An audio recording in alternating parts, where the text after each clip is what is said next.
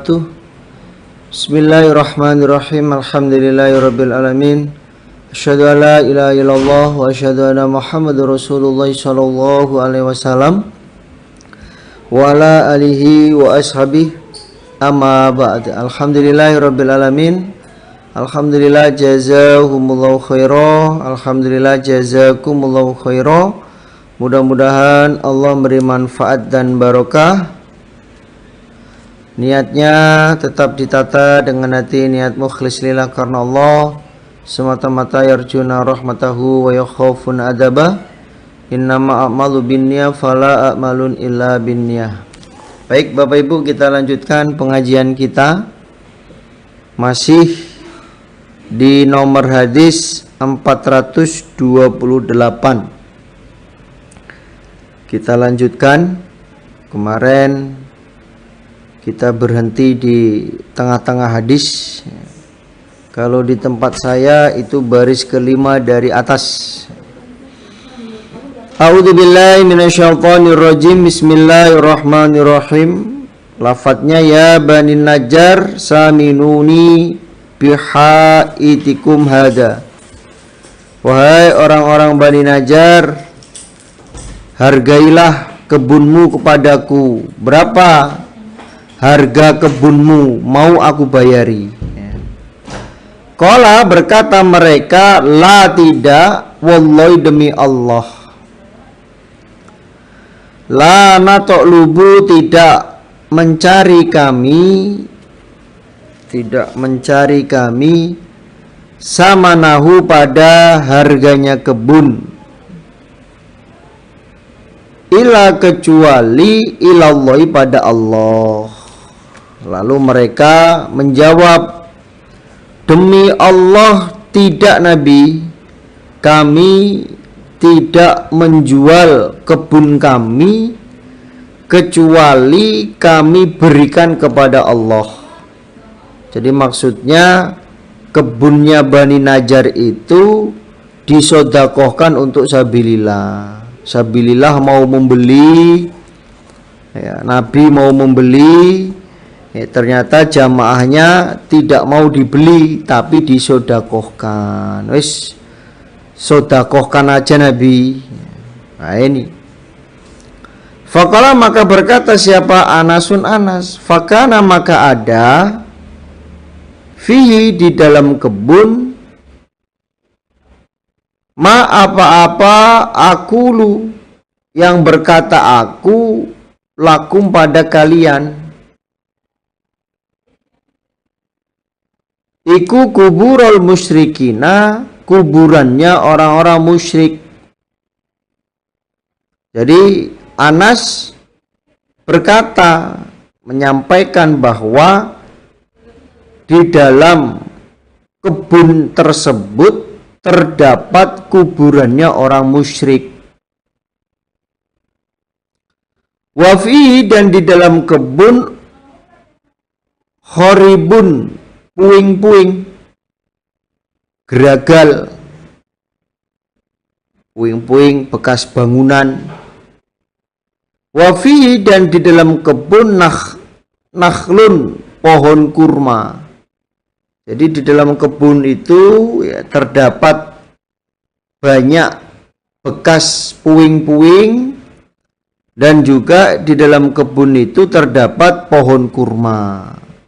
Jadi ada kuburan orang musyrik, ada puing-puing bangunan, dan juga ada pohon kurma.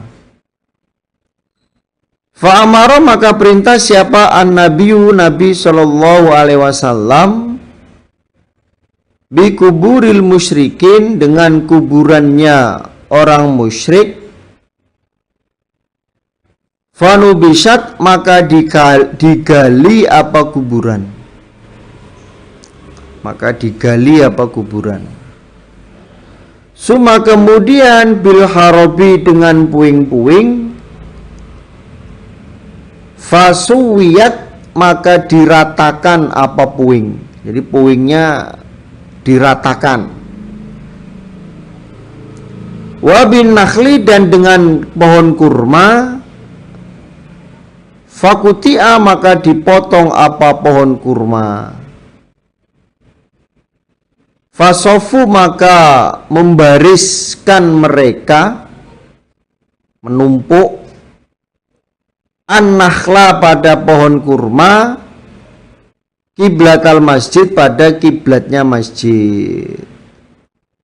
Jadi Nabi perintah agar kuburannya orang musyrik itu digali, kemudian puing-puing bekas bangunan itu diratakan dengan tanah, dan pohon kurmanya itu dipotong lalu dikumpulkan atau ditumpuk pada kiblatnya masjid, disimpan di kiblatnya masjid. Waja'alu dan menjadikan mereka idadatil hijaroti pada dua pintu masjid, al hijarota pada batu, maksudnya kusen ya. Jadi kusennya masjid tersebut itu terbuat dari batu. Waja'alu dan menjadikan mereka yanquluna memindah mereka as-sokhra pada batu. Wahum dan mereka iku yartajizuna berdendang mereka atau bersair mereka. Jadi sambil memindahkan batu sambil nyanyi. Ya, kalau sekarang ya sambil nyanyi untuk semangat atau untuk menyemangati orang lain sehingga orang lain itu menjadi semangat beramal soleh. Itu. Wan Nabiyu dan Nabi Shallallahu Alaihi Wasallam wahum bersama mereka. Nabi juga bernyanyi, berdendang. Yaqulu bersabda siapa Nabi atau nyanyi siapa Nabi. Nah, ini dendangnya Nabi atau syairnya Nabi. Allahumma la khaira illa khairul akhirah. Oh, apa ngono lagu nih ya terserah. Mau pakai genre rocker atau mau pakai Melayu atau mau pakai pop ya silahkan. Yang penting syairnya ini. Allahumma ya Allah la khaira, tidak ada kebaikan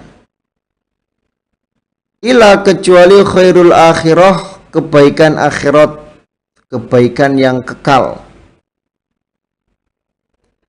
Faghfir maka mengampunilah engkau Allah lil ansori pada orang-orang Ansor, penduduk asli Madinah, wal muhajirah dan orang-orang muhajir, pindahan dari Mekah. Jadi mereka sambil memindahkan batu,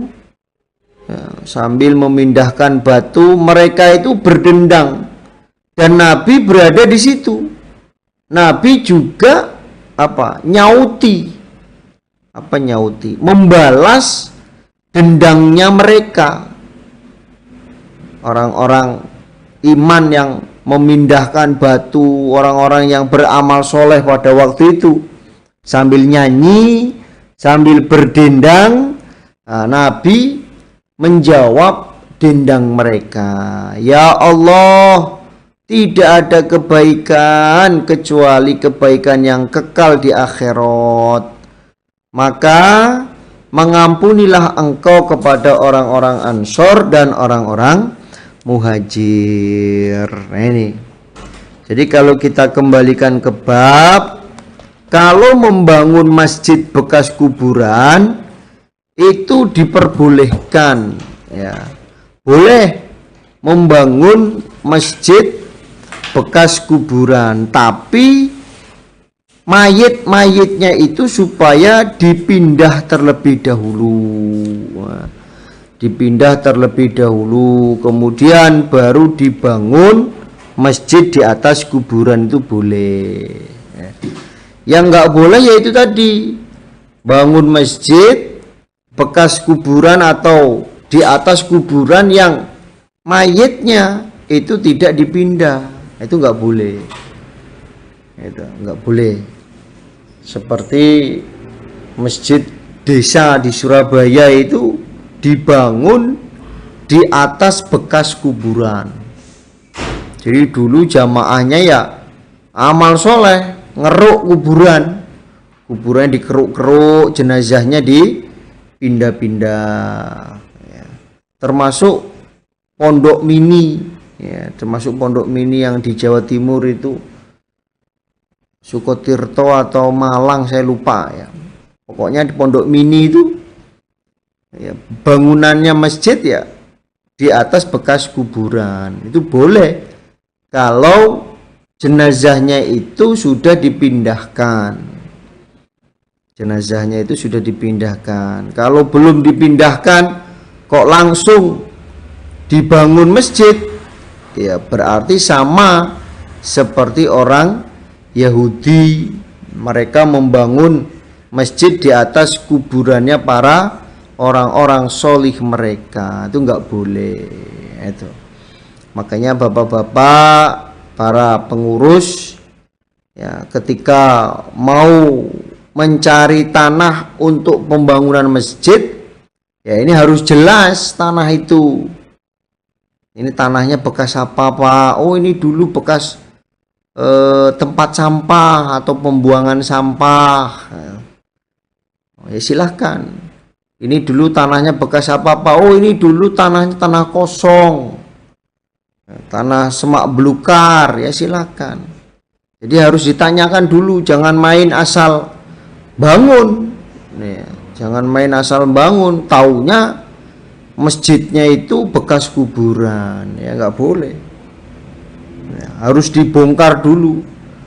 Ya, jenazahnya harus dipindah dulu, mayit-mayit yang ada di kuburan, tulang belulangnya itu harus dipindah terlebih dahulu, baru bisa dibangun masjid. Ini. Babu sholati, babnya sholat fil marobidil gonami, di dalam kandang kambing. Babnya sholat di dalam kandang kambing. Bagaimana sholat di dalam kandang kambing?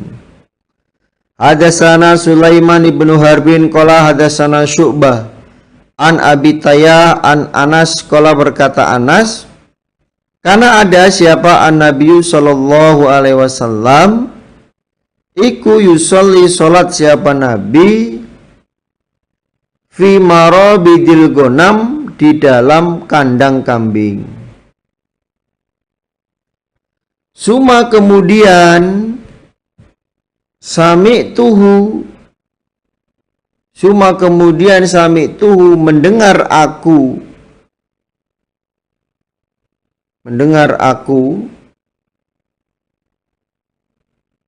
hu, pada hadis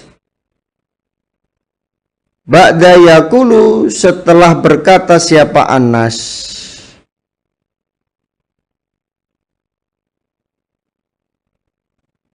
karena ada siapa Nabi iku yusolli, sholat siapa Nabi,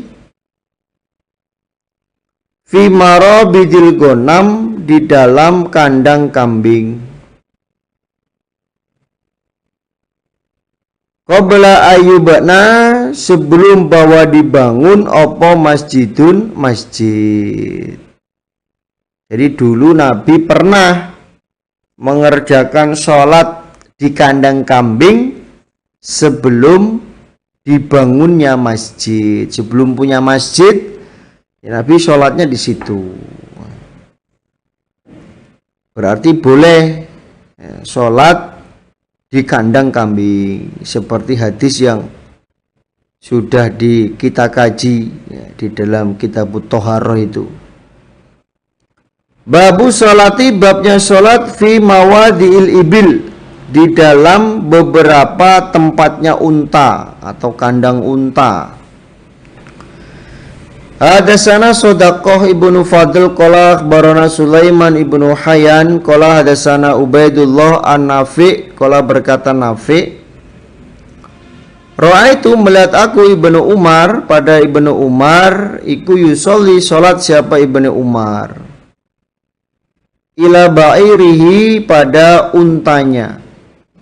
Untanya ini dijadikan sebagai sitroh. Waqala dan berkata siapa Ibnu Umar, Ra'aitu melihat aku an-nabiyya pada Nabi sallallahu alaihi wasallam iku yaf'aluhu mengerjakan siapa nabihu pada kelakuan, yaitu sholat dengan sitrohnya unta. Berarti kalau sholat di tempat parkirnya unta itu boleh. Sholat di tempat parkirnya unta itu boleh.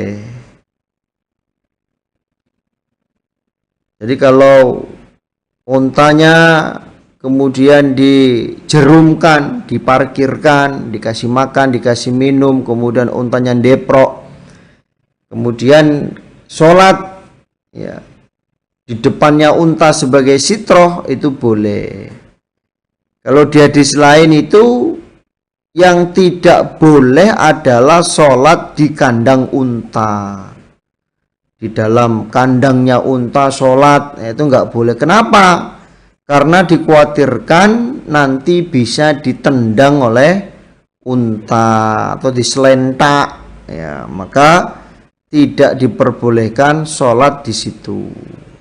Tapi kalau sholat untanya hanya sebagai sitroh, tidak di kandang kambing, hanya di tempat parkirnya unta, nah ini masih boleh, sholat di situ boleh. Babuman, babnya orang sholat yang sholat siapa orang. Wakut damahu, dan di depannya orang tanurun dapur, aunarun atau api, au syai'un atau sesuatu, mimma dari apa-apa, yubadu yang disembah apa ma, fa'arada maka menghendaki siapa orang bihi dengan sholat Allah pada Allah. Di babnya orang yang sholat di depannya itu ada tungku dapur atau api atau ada berhala, tapi dia sholat niatnya untuk Allah, ya, sholatnya untuk Allah. Itu bagaimana? Jadi sholat, sudah masuk waktu sholat, kemudian dia sholat, nah ternyata di depannya dia itu ada tempat yang biasa digunakan untuk sesembahan oleh orang lain, ya, mungkin ada berhalanya atau mungkin ada patungnya. Nah, ini bagaimana? Waqala dan berkata siapa Zuhri, akhbarani mengkhabari kepadaku Zuhri siapa Anasun Anas. Qala berkata siapa Anas, qala bersabda siapa An-Nabi sallallahu alaihi wasallam, uridot ditampakkan atau didatangkan, alaya atasku Nabi opo an-naru api, wa ana dan aku Nabi iku usoli sedang sholat aku Nabi. Jadi Anas menceritakan bahwa Nabi pada waktu sholat itu Nabi ditampakkan api. Pas lagi sholat Nabi melihat api, ya, ini kejadiannya pada waktu sholat gerhana. Nabi di dalam sholatnya itu melihat api, maka Nabi mundur-mundur. Kemudian Nabi di dalam sholatnya melihat dompolan-dompolan, maka Nabi maju-maju seakan-akan merangge-rangge.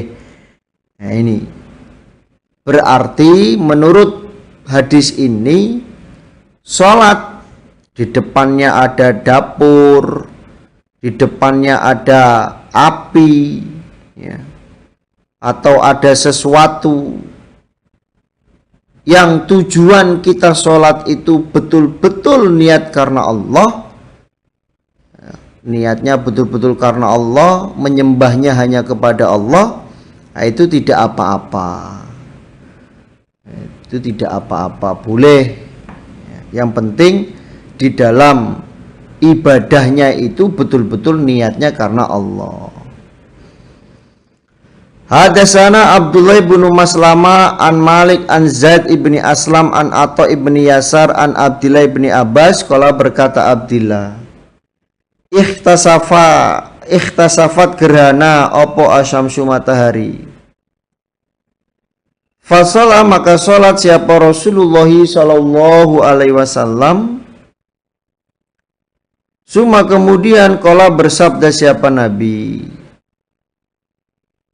Uritu diperlihatkan aku an-naro pada neraka. Falam aro maka tidak melihat aku mandoron pada pandangan kal yaumin seperti hari ini, kotun sama sekali, afdho'a yang jelek, yang lebih jelek. Jadi pada waktu gerhana matahari, Nabi itu sholat gerhana.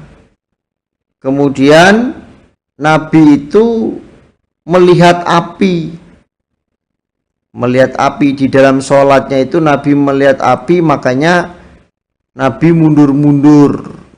Lalu para sahabat bertanya, Nabi kok sholatnya mundur-mundur, itu ada apa? Ya itu. Lalu Nabi menjawab, Uritun naro falam aromandoron kal yaumi kotun afdho'a. Aku melihat api, ya. Aku melihat api dan tidak ada pandangan pada hari ini yang lebih jelek daripada melihat api itu. Jadi maksudnya pandangan hari ini yang paling jelek, ya melihat api, melihat neraka. Nah, itu. Melihat api atau melihat neraka. Nah, ini boleh, berarti boleh sholat di depannya mungkin ada lilin, ya. Atau mungkin sholat di depannya ada dapur, karena memang musholahnya mepet dapur. Nah, ini boleh. Ya, sholat di situ diperbolehkan.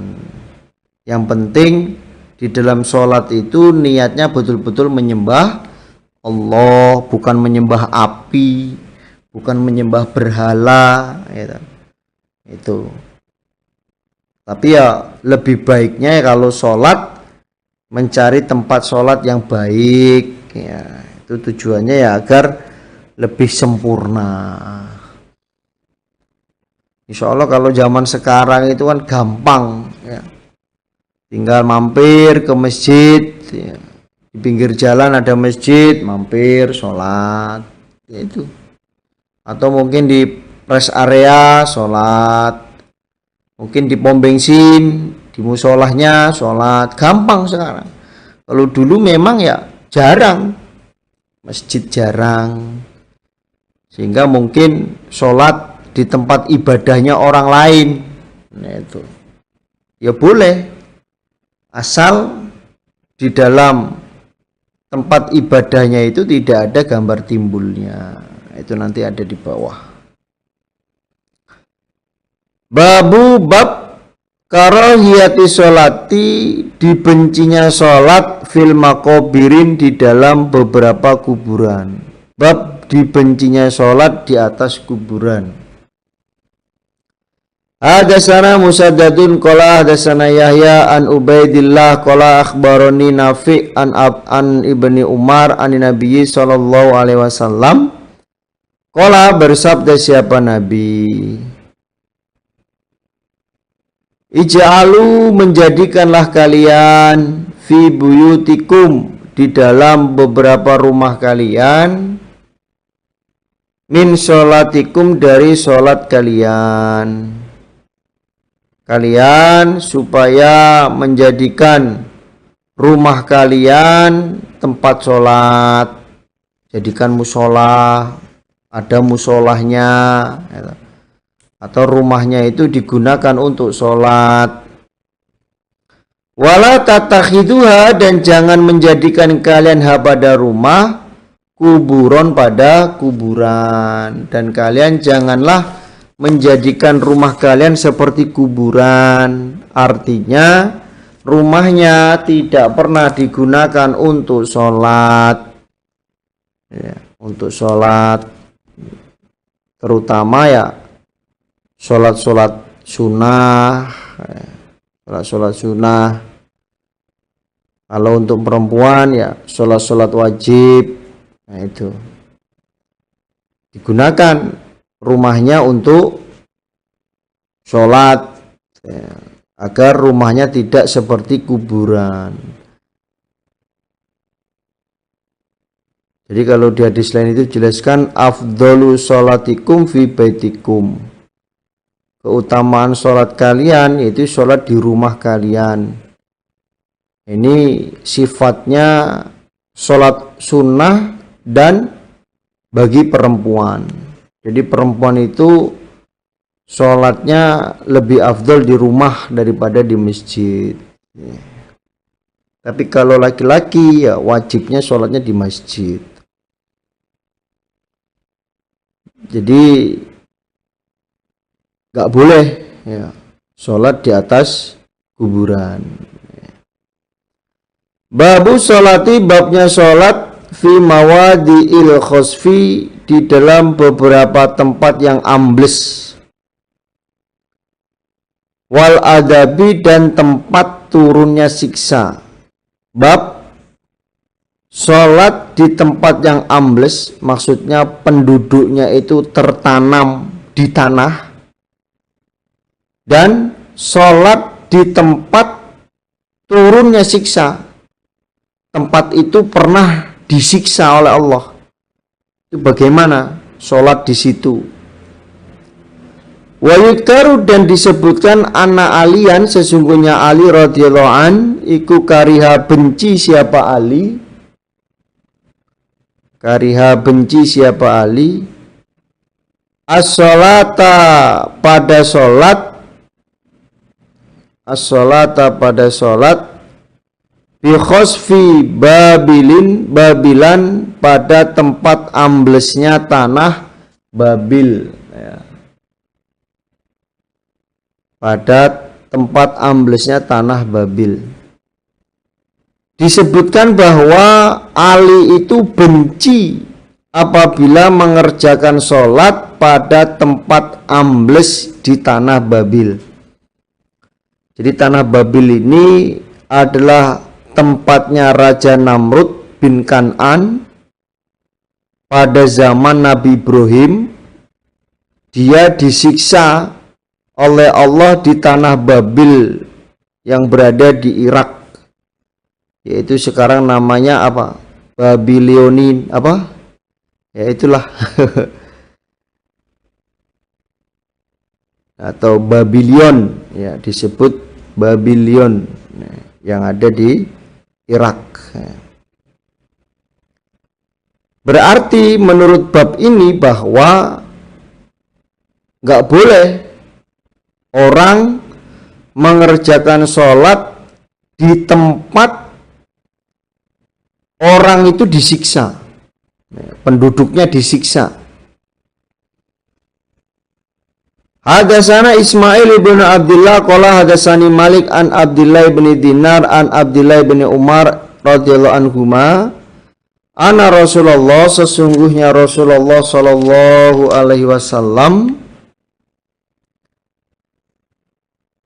iku qala, bersabda siapa Nabi, la tadkhulu, janganlah masuk kalian,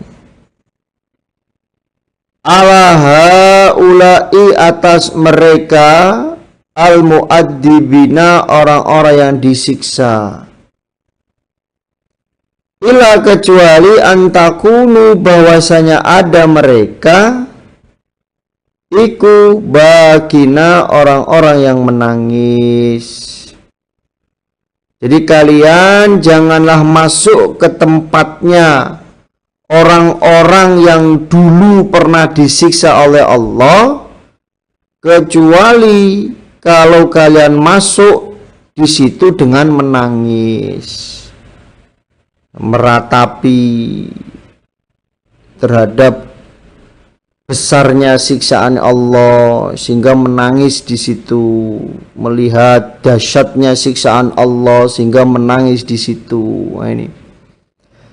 Fa illam takunu, maka jika tidak ada mereka bakinan orang-orang yang menangis, fala tadkhulu, maka jangan masuk kalian alaihim atas mereka. La yusibukum, maka tidak menimpa pada kalian apa-apa asobahum, yang menimpa apa mahum pada mereka. Jadi kalau kamu tidak bisa menangis di tempat sejarah Allah menyiksa, maka kalian jangan masuk ke tempat itu. Tujuannya apa? Agar kalian tidak disiksa oleh Allah seperti siksaan yang menimpa pada mereka. Contohnya apa? Masuk ke desa Lapindo, contoh ini ya. Atau mungkin Merapi. Ketika masuk ke desa itu, melihat situasi dan kondisi di dalam desa itu, dapat menangis, menambah keimanan, itu menambah keimanannya, betul-betul orang iman, melihat begitu besarnya siksaan Allah, ya maka silahkan masuk, dipersilahkan masuk, diperbolehkan masuk. Tapi kalau masuk hanya untuk wisata saja, contohnya masuk ke lereng Gunung Merapi, atau mungkin masuk ke daerah yang tanahnya dibalik,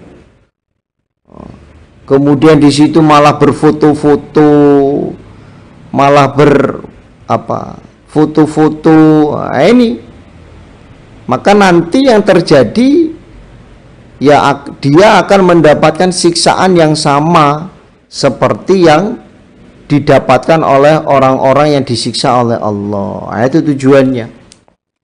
Jadi makanya bapak-bapak, ibu-ibu ya harus diperhatikan ketika holiday, ketika berwisata ke tempat-tempat yang menurut mereka bersejarah terjadinya meletus gunung atau apa yang di situ merupakan siksaan Allah, ya maka supaya hati-hati. Kalau memang tidak bisa menyentuh keimanannya, menyentuh hati, tidak bisa nangis di dalam tempat itu, ya mending gak usah masuk. Dikhawatirkan akan mendapatkan siksaan yang sama. Ya tidak di tempat itu, mungkin di tempat yang lain, tapi siksaannya sama. Ini yang dikhawatirkan. Maka supaya berhati-hati.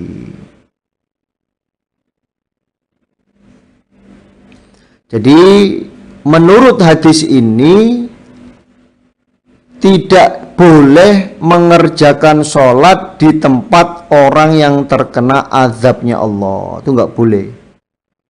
Masuk saja tidak boleh, apalagi sholat. Ya. Kalau memang nggak bisa nangis karena melihat betul-betul siksaannya Allah, ya maka tidak usah masuk. Dilarang untuk masuk. Masuk aja nggak boleh, apalagi sholat di tempat yang disiksa oleh Allah. Nah, itu.